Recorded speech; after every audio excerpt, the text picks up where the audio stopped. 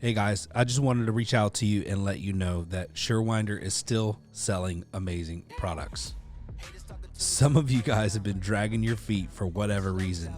If your shoulder hurts, do not waste time. Pull the trigger. I just bought 4 or 5 of them, and we had 2 guys out. You know how much it cost me to pay for 2 guys being out with bad shoulders? We just pulled the trigger and we said, listen, everybody's going to have one on a truck. It's mandatory. You got to use it. Don't hesitate. Don't wait till your guys go down. It's going to cost you more. Buy a Surewinder. How are you, Tamara? I'm doing well, Ryan. How are you? Doing well. Good. You're sitting in a different seat, not physically. I am sitting in a different seat. So today I'm going to interview Tamara. And why you should listen is because she's like a library. Right? Yes, without the Dewey Decimal System. Yes. I don't even know what that is, but it sounds miserable.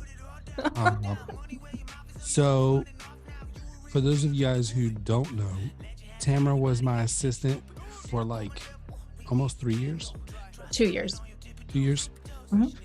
And she joined us right before we did virtual door dealer conference back in 2021 and was a huge help on that.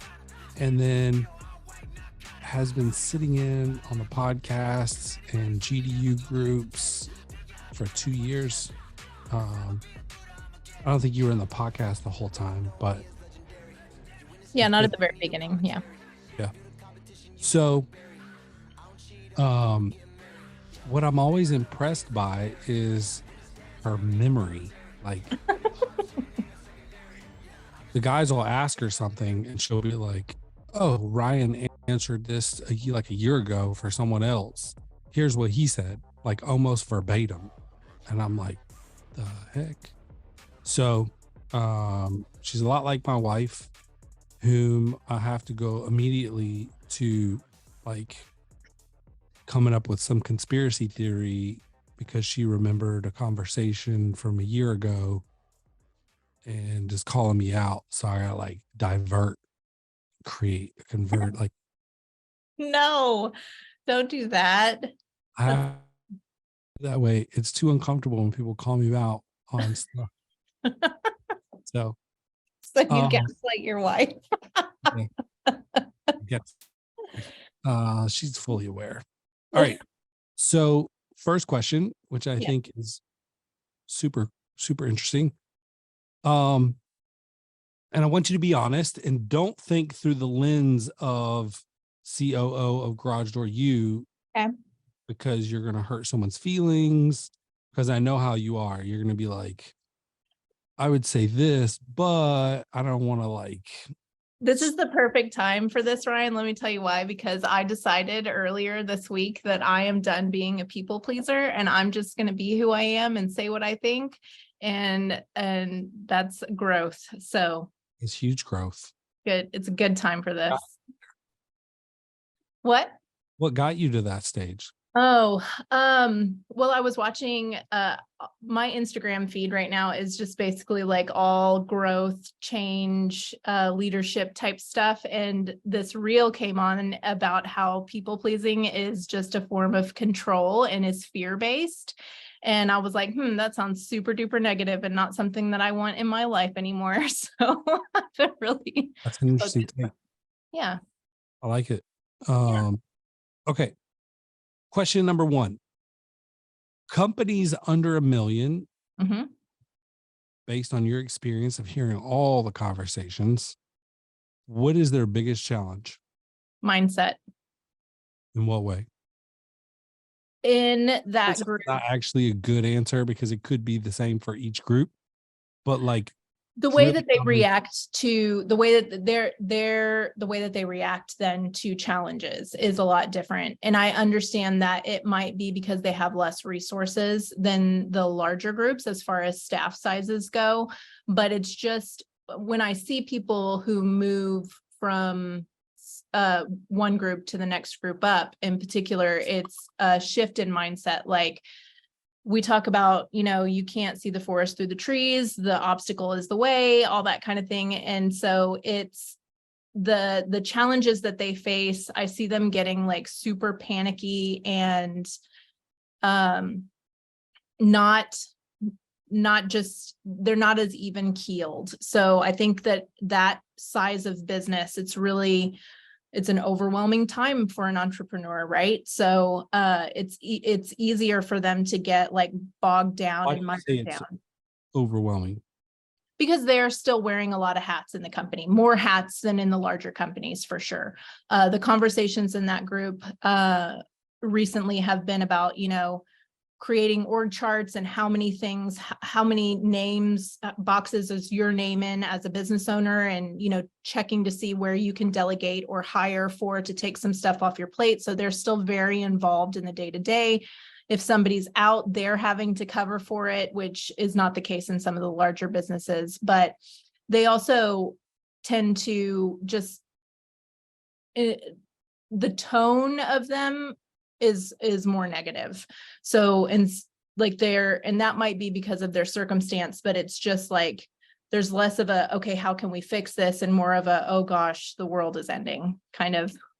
Yeah. And I think I'll shed some similar perspective.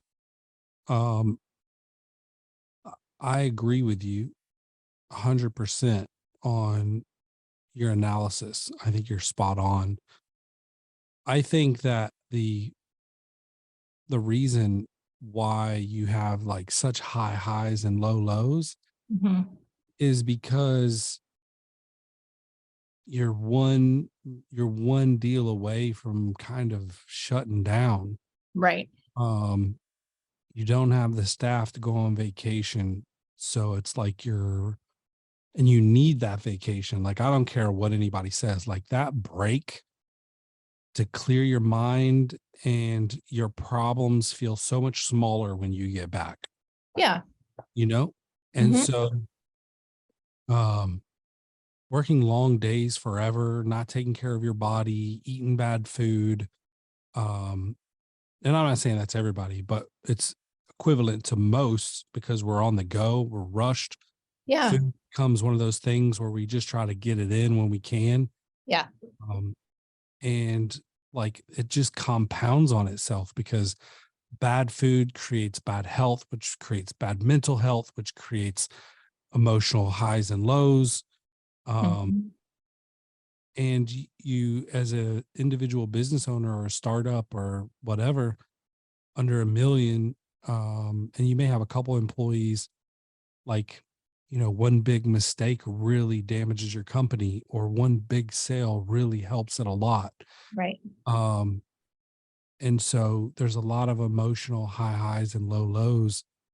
And, someone puts in for a vacation, a business owner is just like, oh my God, like, how am I going to, yeah. Timing ever, right? Like, you could have just had a conversation with your wife about how you're going to spend more time with the kids. And then you go into work and someone puts in a 2-week notice or exactly, quits just on the spot, and then boom, you're back in the field. Back in the field, and you got to run the business too. And you just made this promise to your family, and it's like, there's never any consistency. So for me, it was always like, I wanted to rush out of that stage and get to the point where I had somebody for every role. And then as soon as I had almost that, I was like, man, this is not good, because everyone, there's people that'll leverage you because they know that you need them.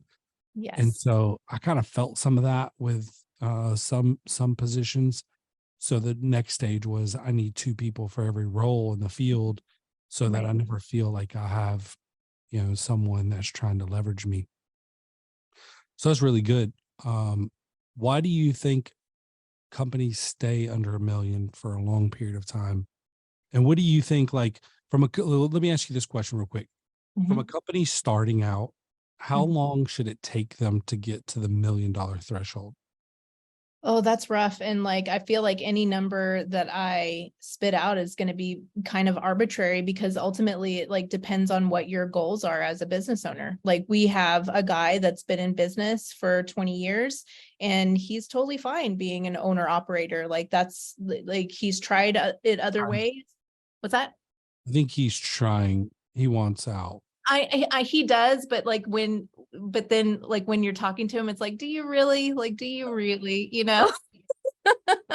So if you're totally happy and growth is not important to you, there's no, I mean, shoot for what puts food on your family's table, and you have maybe off time is more important to you. So, but, yeah, so I don't really know if there's a hard and fast answer for that. I think it's doable within the first, year and a half. We've seen it happen. Sebastian, for example, grew super freaking fast. Yeah. So yeah, it depends entirely on what your personal goals are and how prepared you are going in. I'd also say makes a big difference. Yeah. Aaron Overhead Doors did it in our second year. And we had a little bit of a head start because we launched in August 2015. 2017 we broke $1 million. But what I'll tell you is like that's a grind. It's a grind. Go from 0 to $1 million. Yeah. Okay, so we know roughly. It also depends on market too. Yeah. Like if you're in a rural area, getting to $1 million. Yeah, it's true. We hear that a lot from in the different groups because we've got different demographics, and some of the guys are like, no, you just need to do this. And another member will be like, I don't think you understand how rural, like. Let me show you some pictures. All right. So under $1 million, we've chatted about kind of like what's their biggest challenge. We've talked about like how soon they should get to $1 million. And then I would say like, what's the best part about being under $1 million, you think? I think being as an entrepreneur, like you can't be an entrepreneur without being a builder, loving to build things, right? Like you're there because you want personal freedom. You want to build things the way that you think that they should be built. And for me, from my perspective, seeing the guys and watching them make something their own from nothing is very rewarding for them. So I would say that and having the freedom to set your own hours and to set up systems and processes the way that you think that they should be done, and to build your brand and to be a part of the community. I think all those factors are super motivating for our client, our members. Yeah, agree. All right, so like let's take GDU out of it for a minute, but what would you recommend to a business owner under $1 million who wants to grow? Like, what is there something that you've seen in the 1 to 3 million group where you've been like, man, like this is what got them to this group? Is there like one thing that you could pinpoint, or there are a couple of things. The path? What is it? And this pulls from as well, talking to the more experienced members and things that they wish that they would have done sooner.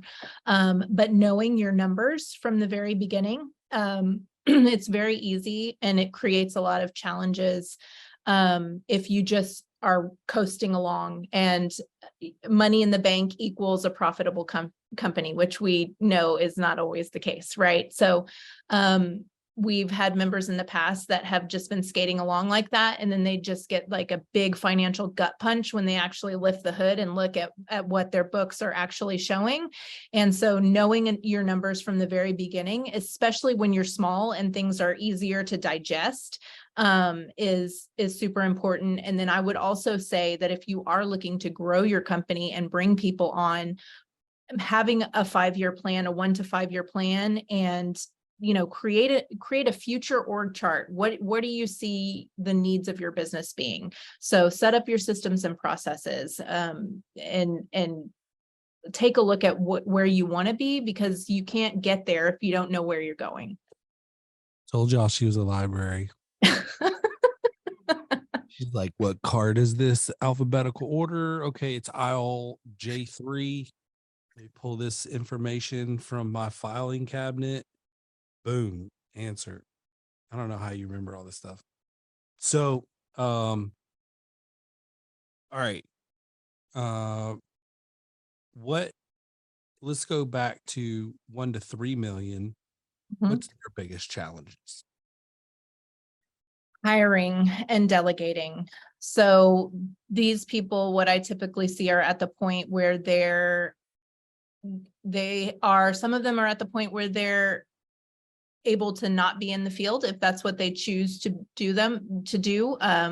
But they still have, systems and processes are always an issue, even with a larger company sometimes, but specifically in the 1 to 3 million and under $1 million. They're still trying to figure it out, how to make things go the right way, how things should be done.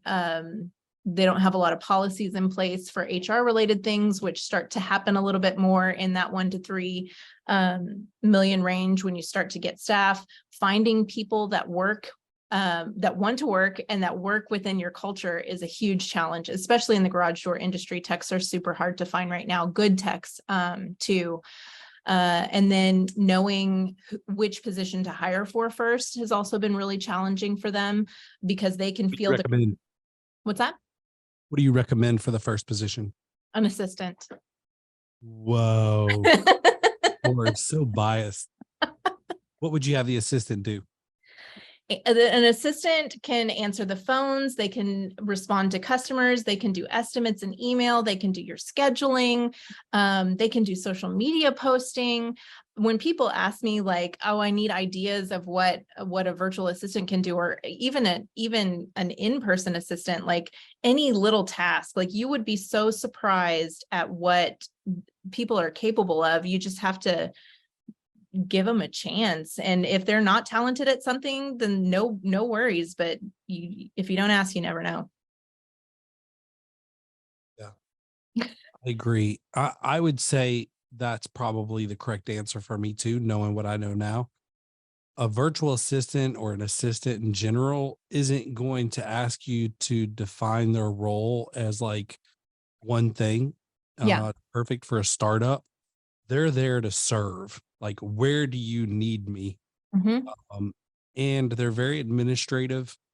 So, and I mean, obviously you see they evolve as well. Like you get a good one like Tamara, though you can't have her, but she can come in and learn and then run stuff for you, right? Like person may develop to be like an office manager for your company, or a COO, or, whatever. Like there's a lot of virtual assistants that have financial backgrounds where they Mm-hmm. can do bookkeeping and Absolutely. pay your bills, answer your phones, book your jobs, follow up on quotes, build quotes while you're out in the field.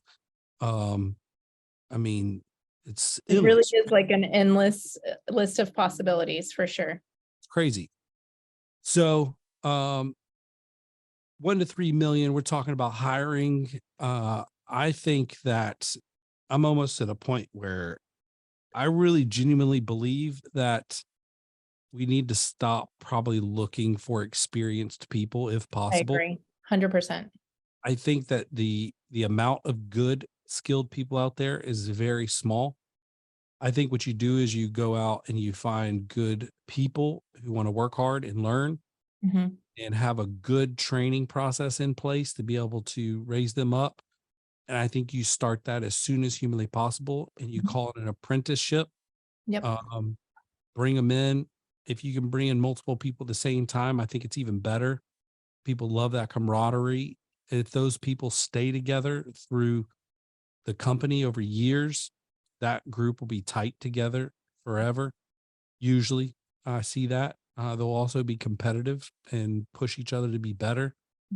And so, I believe that I agree with you on all fronts as far as like the first hire, though. But I definitely think you need to start documenting Consistency in everything, including price, reliability, quality, Not just quality, but great quality control. These are things that describe Somer USA. Somer's not some startup company, not one that you need to be worried about going out of business in the near future. Somer and their family of businesses are $200 million companies. They're in over 100 countries, and they have locations in 20 countries. This is a large organization who stands behind their product and works through integrity. And there's not another company out there willing to drop what they're doing and help you out like Somer.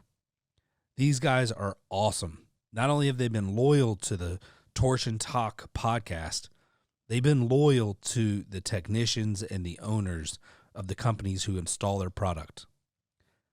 In my opinion, if you're not at least offering Somer as an additional option, you're cheating yourself.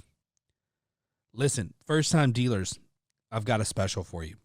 If you buy 10 or more Somers, while supplies last, we will offer you free shipping. You have no more excuses. The prices are great. The product is amazing. Go check out Somer USA and order 10 for free shipping. If you're under $1 million, like, it feels like it's a big task to learn the financial side of things. Mhm. But if you don't do it, then it's like, it's like the difference between eating a cookie and trying to eat the Empire State Building. That's my point exactly. Like it's so much easier to digest when you're not dealing with all that other stuff that comes with a larger company. Yeah. So 1 to 3 million hiring is definitely a huge issue. I think even under $1 million's a little bit of an issue. Under $1 million, you don't have much to offer an employee other than Right. maybe, stock options or Flexible schedule. which is work to your favor a lot of times because you Yeah. need that person Right. available as much as possible. Benefits are lacking usually in small companies like that under $1 million. Highly recommend Gusto, by the way, for those of you guys who are looking for a payroll platform that helps you manage the onboarding process, things like that. Mhm. But so, all right, we've got 1 to 3 million. There's some of their biggest challenges. What's great about being in the 1 to 3 million range? So you're starting to kind of see more of the fruits of your labor pay off. I feel like you've got a little bit of a larger staff. So you, in a lot of cases, don't have to be as available all the time if you've got good people that you can rely on. So I see their stress levels, not super low, but just in a different way. Like they seem as a whole more relaxed and I don't want to say experienced because some of them are not. But the attitude that they have is just a little bit more even keeled. So I think that comes from having people that they know are there to do and can trust with doing the job. So they've delegated tasks to them and they have people that they can rely on that if they need to be pulled elsewhere for a couple of days, that they're not worried about the business burning down. So I think this is also the stage where the overwhelming things are different than under $1 million. Under $1 million, it's like, did you order the doors? Did you do this? Did you do that? But you're kind of in control of everything. So it's easy for you to remember stuff. Well, right. When you start getting employees, it doesn't just go away. You have to make sure that the people that you put in place are accountable. Right. So you got to remember to follow up on things. Unfortunately, and who wants to work for a company and be the first, second, or third employee, right? It's like being the first child. Like like your parents are trying out all the Right. Number one, you're about to lead the first person, maybe ever, that you've ever led. So Right. you're not going to be a great leader, right? I mean, you don't have, like, a lot of these guys don't have leadership training. Most of them don't, right? Matter of fact, most of them came from a company with a poor leader and they're trying to go out and do things differently, but they're still limited on their wisdom and knowledge when it comes to leadership. So number one, they're probably not the best version of themselves that they can be as far as a leader, because they're still like babies with starting a business, right? Yeah, Number two, some of them. Yeah. I yeah, wouldn't say, yeah, not all. right. But number two is it's a high risk, high reward situation. But I'm not sure that garage door companies are offering the high reward part for the high risk part of coming to work for you. I see in these groups where everybody's like, you know, someone stood me up for an interview again, or, you know, whatever. And the question is like, were they ever really sold on the idea of working for you? Right. Right. Like, do you create a work environment that gives options for growth and advancement? Yeah. You're like, well, bro, I don't have anybody. This is gonna be the first person. Then you have tons of opportunity for growth and advancement, right? Right. And That's you all should be there is, selling the crap basically. out of it, right? Like, hey, listen, come in, prove yourself. This is not going to be free. You got to earn it. But I Yeah. need managers, I need installers, I need service people, I need office people, I need, like, the opportunity is endless. And there are people out there who love that. And Mhm. then there's people out there who are like, no, I need something safe. Right. Um, and unfortunately, most your blue collar people are play it safe type of people. They want to chip away at retirement a week at a time. You know what I'm Right. saying? Yeah. Um, so very good. What are some of the common um conversations that you're hearing in the 1 to 3 million? Like, we just kind of hear a good bit. Uh, so we talked about this, but finding people to work, keeping people on task, that's another thing. So, making sure that the systems and processes that they've worked hard to put in place are being followed. A lot of them have tried to work this in different ways. So it might be with putting mandatory things in the CRM that the techs have to check off before they are able to close a job, or it might be including a requirement for pictures, or, you know, any number of things. But I think that's something that I hear a lot. Being priced out of jobs is happening across the board. More often, I feel like the conversations have happened in the gold group, but that might be because we've got some new members in there and they just want to talk to somebody about it because they haven't been able to talk to anyone about it lately. But that is something like that we're, you know, smaller businesses are coming in and undercutting. So that's a challenge. They're also, It used to be that smaller company. yeah, well, I mean, yeah, that's true. But Thing is too, right? Like, let's talk about that for a second. And I know like the bigger companies give these smaller guys like a hard time, but if you don't have a truck payment, you don't have employees, you don't have benefits, you don't have a building, you're yeah, just working for an income. And these guys, you know, they can make 80, 120 grand a year working in the garage by themselves. If they're pricing products out the right way, I mean, they're doing it off of margin, right? mhm, And for service, you know, I think a fair margin for service for any service company, like a repair service, should be 60 to 70% gross profit. right, If it's a install of equipment, it's more competitive because it's more expensive, and most people will shop that. And you know, I think equipment sales in the garage door industry usually hover between 45 and 55% yeah, gross profit. And so if we're going off of those numbers, I mean, those guys are probably crushing it, right? yeah, Um, and able to make those percentages and undercut everybody. right, yeah, yeah, The problem comes in when they think they're marking it up right and they're doing markup versus margin. yes, that's another thing we've talked about recently. Yeah, that'll eat you up, especially the more expensive door it gets. Yeah, All right. So let's go to over 3 million, which is the danger club. the wild bunch. A bunch. What's the common theme of issues with companies that are over 3 million right now? So, um, man, you know, I love that group because they don't do lows.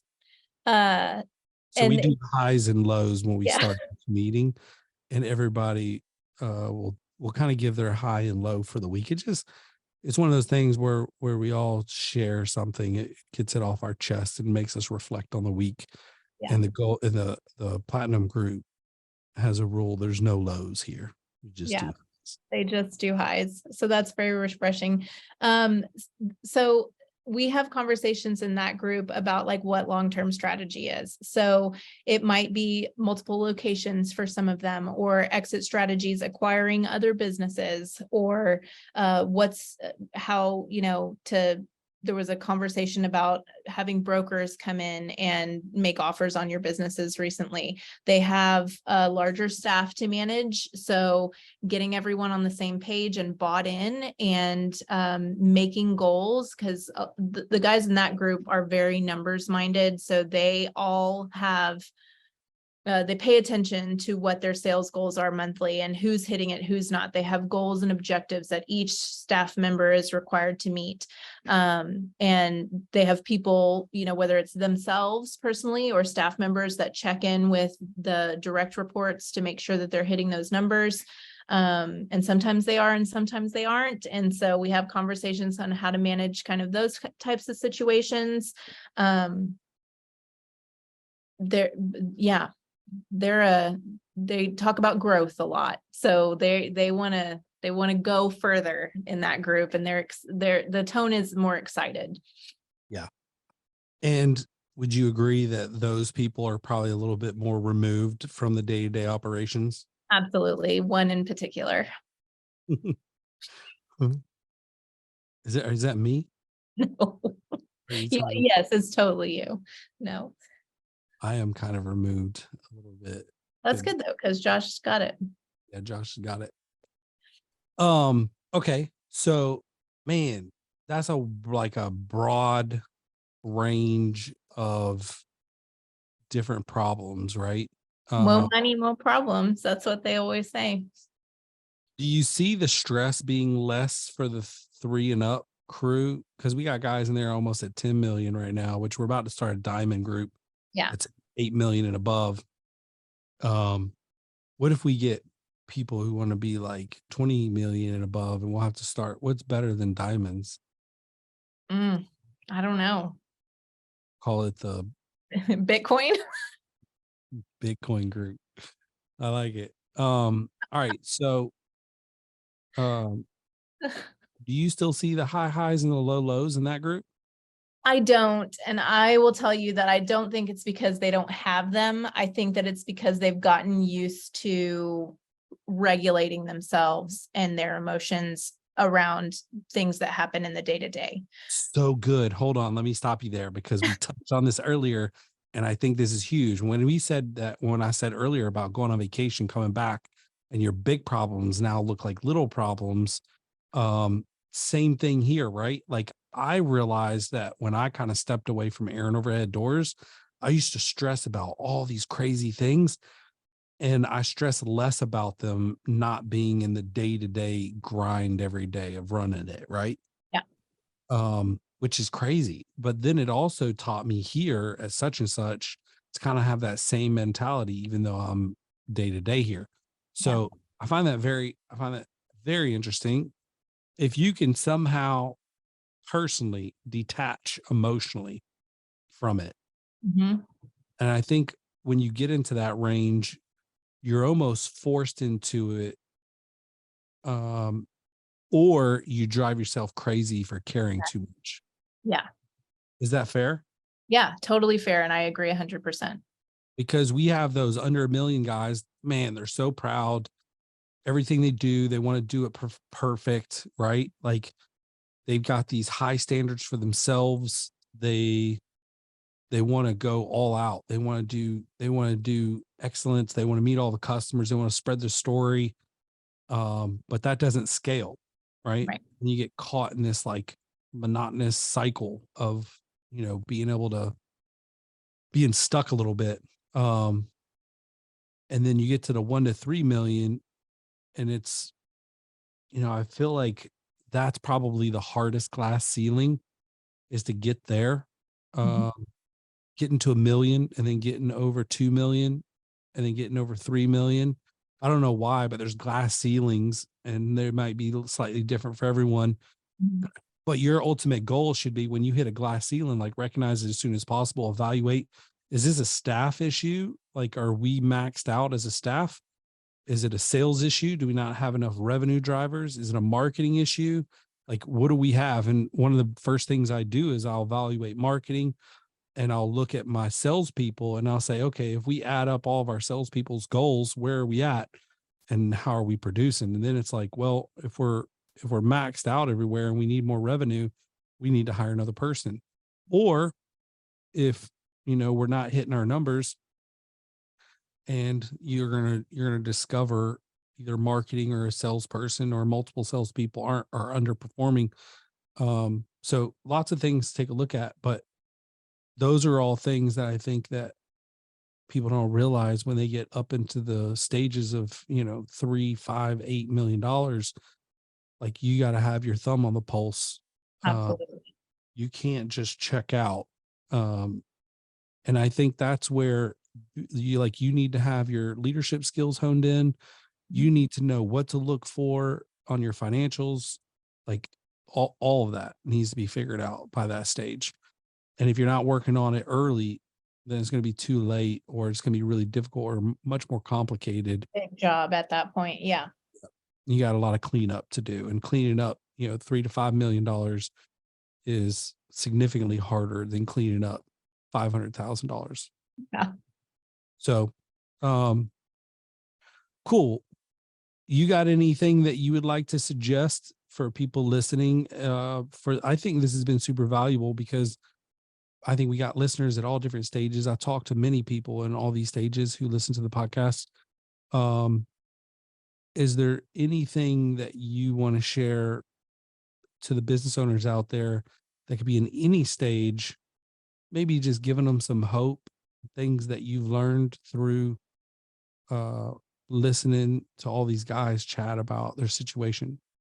I'll tell you the thing that I feel like everyone in all levels of GDU needs to be reminded of. And I do try to remind them of it, but I don't want to sound like the mom of the group. But I think that as business owners, you're constantly pouring out of yourself into other people. And it is so, so important to make time, even when it's hard and you feel like you can't, to recharge your own batteries and do things for yourself. When I can just tell that the guys that are the most stressed are the ones that are just working all the time. And it gets exponentially worse and worse and worse. And then they're like, oh, I'm going fishing. And they come back and it's like a breath of fresh air, or, eating right, or Ivan's always telling us my diet's been really bad this week, and it makes him feel bad, and he's a better leader and a better person when he's fueling his body properly and getting enough rest and just doing something that isn't stressing out about the business. So I would just remind everyone that you're totally worth taking the time for yourself. It's going to make you a better person, both at home and at work, and you need it and you deserve it. So don't forget to do that. Like, go right now and block off an hour of time just to do something frivolous and just for you. So good. And I agree. I get a massage every month. I've been doing that for forever. I think that's important. I think eating healthy, working out gives me clarity. Starting to feel a little foggy brain because I haven't been able to work out. I hurt my back really bad, and I got to get it fixed and get back to the gym. But I'm craving it. Like, my body's craving the gym. I was trying to justify, man, I could probably go to the gym and just run on the treadmill and do this and not do all the other stuff. And I was like, isn't that the worst? Like, when your mind went, because usually it's the opposite. Like, your mind's like, no, I don't want to go to the gym. But then you're like, wait, I really want to go to the gym. It changes and shifts. Like, I used to feel like death. I hated going when I first started. Now it's like I crave it. So anyway, I agree. Self-care, making sure that your priorities are always right. Yeah. You ask yourself, would you enjoy having your business if your family left? Yeah. Ooh, If that's you a good woke one. up without a family, would you still have would you lose your why, Yeah. or would you still be confident and ambitious towards that? And if you would lose your why, then you know where your priority needs to be, because I know many times Stephanie and I have had the conversation about it. And that is, if you're doing this for me, then stop, because Right. I'm not enjoying it. Yeah. Right. And the first like few years of starting the company, you know, she was like, "Oh, we're going to start this company. We're going to make more money and we're going to have more freedom." Not at all. Like, Mhm. we took a huge pay cut and I was working even more than I was before. And she wasn't feeling like she made a good decision and agreeing to do it. Right. And she was like, basically told me, "Hey, if this is for me, then stop doing it, because I'm not happy Yeah. and I don't like this." Mhm. And so prioritization, I'm going through it with my daughter right now, where, she's been acting out, and, I sit her down and we talk, and I love the fact that she's able to vocalize to me, but she basically told me that the only time she gets real attention is when she gets in trouble. And I'm like, holy cow, man, that's freaking crazy. And she gets little bits of attention, but not like real attention, right?